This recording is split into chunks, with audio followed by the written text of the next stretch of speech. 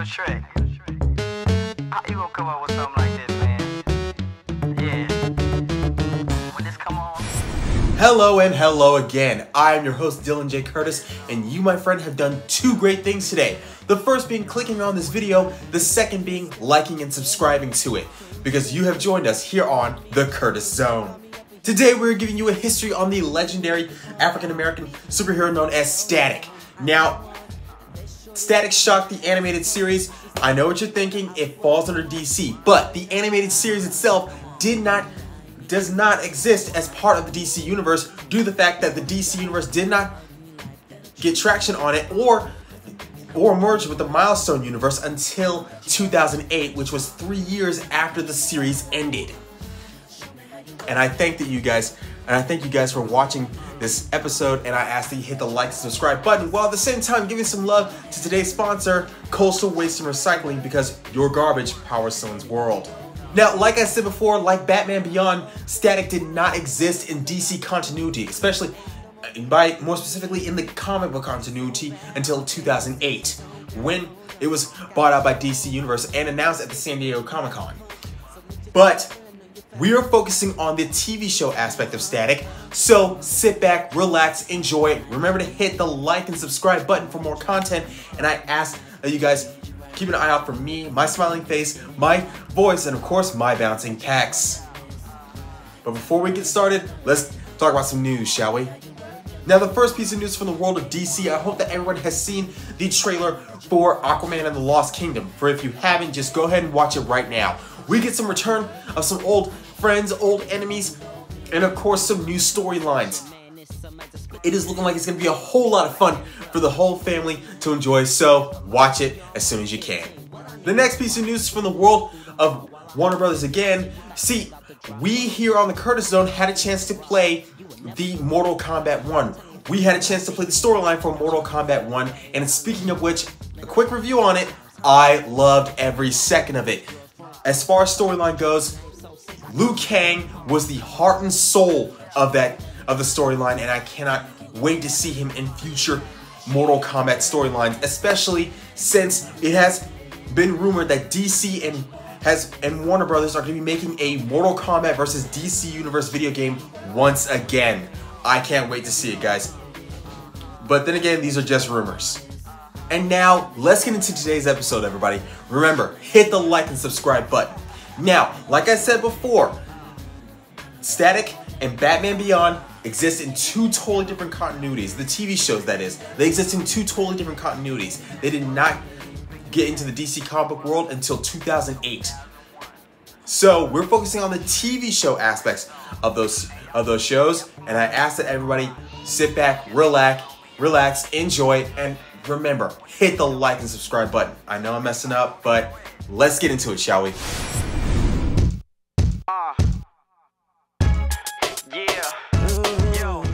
Static Shock would have its television debut in September of 2000 and had its final episode in May of 2004. It lasted 4 seasons and totaling in 52 episodes, including crossover episodes with Batman the Animated Series, Superman the Animated Series, and Justice League.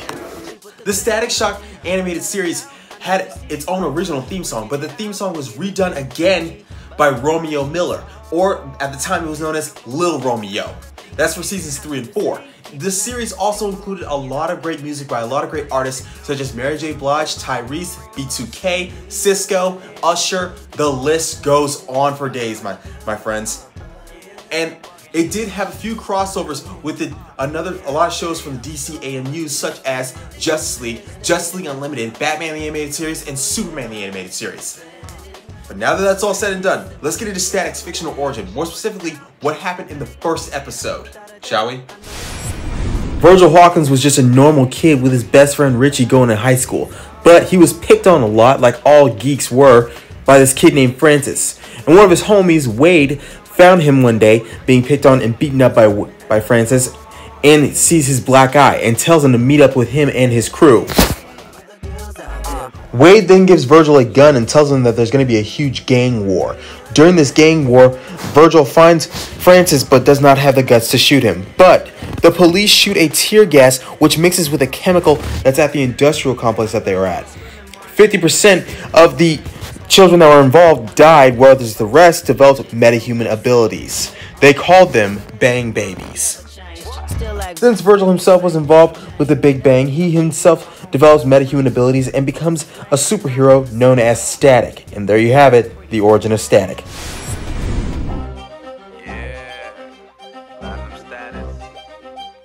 The first important moment that we're going to talk about is when Static's friend Richie becomes Gear. Now, Static's friend Richie, or Virgil's friend Richie, he is a genius, okay? He's one of the smartest characters in DC Universe, or more specifically in the DC AMU. And Richie became Gear by creating all sorts of technology, and more specifically, Backpack. Backpack is a living computer that straps to his back. It's pretty cool to see what happened there. Now, the final important moment we're going to talk about is when we meet Static's first villain, and Static's first villain being Hot Streak. Hot Streak has the ability to excite atoms to where they explode or combust. Basically, he has fire abilities. Now, this was important due to the fact that Hot Streak is basically Static or Virgil Hawkins' high school bully. It was pretty awesome to see everything come together, all right?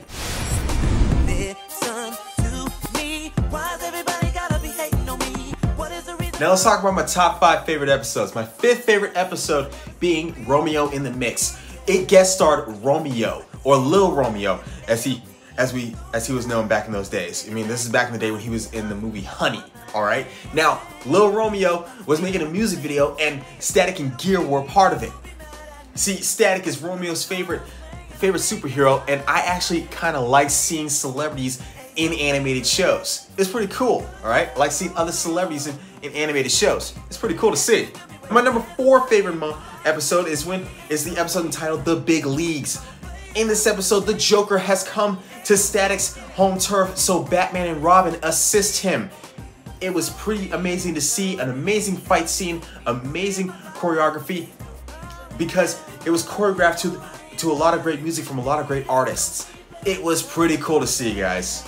My 3rd favorite moment is yet another DC AMU crossover episode entitled A League of Their Own. In this episode, the Justice League's Watchtower has deactivated, so they need Static's help to bring it back online.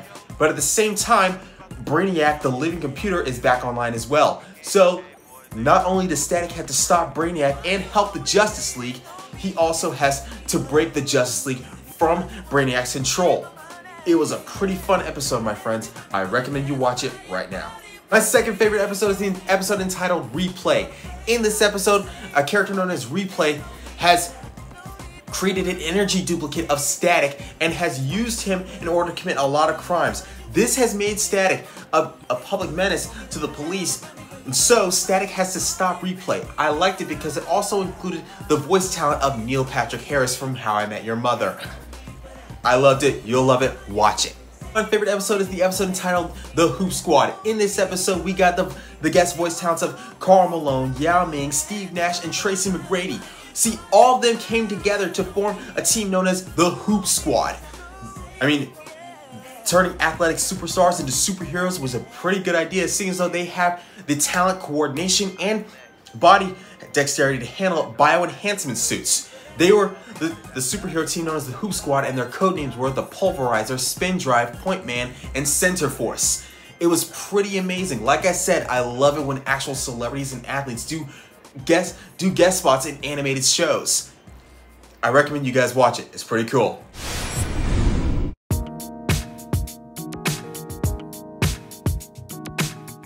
Now let's talk powers and abilities of Static, shall we? The first thing everybody needs to know is that Static is not a younger version of Black Lightning. See, Static's powers are a positive electrical charge, whereas Black Lightning is a negative electrical charge. Moving on, shall we? Like Black Lightning, Static has the ability to absorb, generate, and manipulate electrical fields. However, his powers only work on static electricity. He also has the ability to shoot lightning bolts out of his hands like Zeus and Black Lightning. His powers work on static electricity, including the static electricity in a human body, which means that he can disrupt a person's thinking, a person's body. He can even use them on metal, but he can't use his powers on wood or plastic or anything like that. Static is one of the most powerful electromagnetic users in the world of comic books, and we are proud to have him as part of the DC universe. Now, with all that said, another episode of the Curtis Zone comes to a screeching close, ladies and gentlemen. I ask that you hit the like and subscribe button for more content, more of me, my smiling face, my broad shoulders, and of course of my bouncing pecs. Now, everyone please remember that we here on the Curtis Zone, we listen to you. We listen to your questions, your comments, your concerns. So leave them in the comment section down below and we will get back to you. I promise you. Someone asked me to do an episode on Roronoa from One Piece versus Saint Seiya. I'm gonna tell you right now, I'm going Saint Seiya on this one. Alright? But I cannot wait, everybody. So leave it in the comment section down below. And remember, a special thanks to our sponsors, Coastal Waste and Recycling, because your garbage powers someone's world, ladies and gentlemen. Love you all so much. I'll see you soon.